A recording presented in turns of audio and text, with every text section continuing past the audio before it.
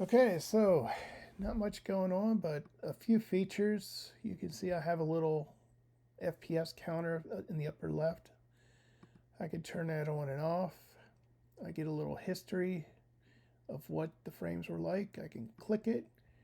I've got my milliseconds, and now I have my memory usage. So this was something that's provided by the 3JS library, and I was able to just wire it up. Pretty simple thing to do.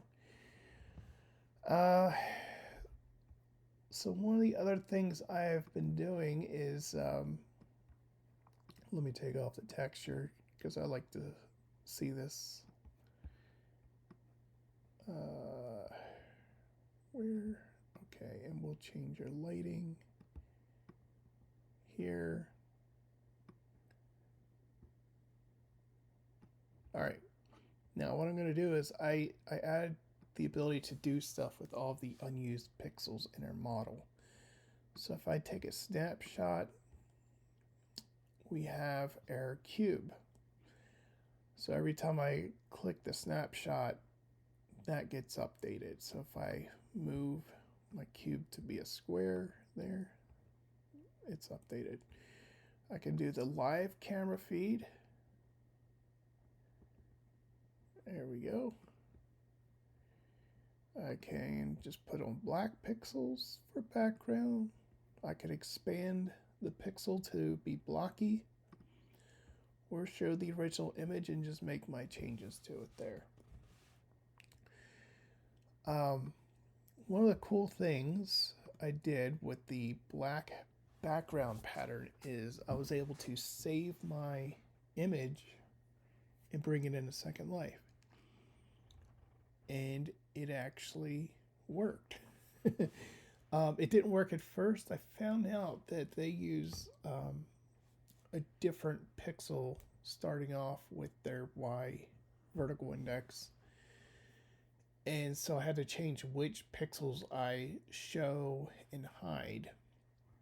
And after that, it worked, but then my application here, it became very unstable. In fact, I can no longer edit my positions. I'm not sure why. I'm kind of debugging what's going on. But there were issues with what color was selected, and as I selected images, or not images, but pixels, the vertex would jump up and down. And yeah, that's about it. Oh, the other thing about this snapshot, you can definitely see the dots are more pronounced here because this is such a small image. But if I use a larger image such as the UFO,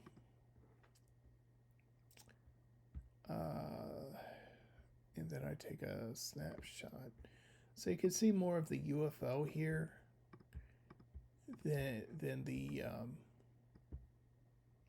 actual pixels, because it's a larger scale image. I just shrunk it down to 64 by 64, but it is there. Yeah, and the last thing I would say is I can now make these models opaque. Oh, I should just show you the bugginess though. I have bugs that I'm trying to work out with the objects themselves. So you can see there's like a missing column here of vertices. If I put on the wireframe, it's not closed. Something's going on there. I'm not quite sure what happened. It looks like there's an extra column of vertices that is not being read. It looks like the poles are being read there, so that's fine. All right, that's it. So, yep. Later.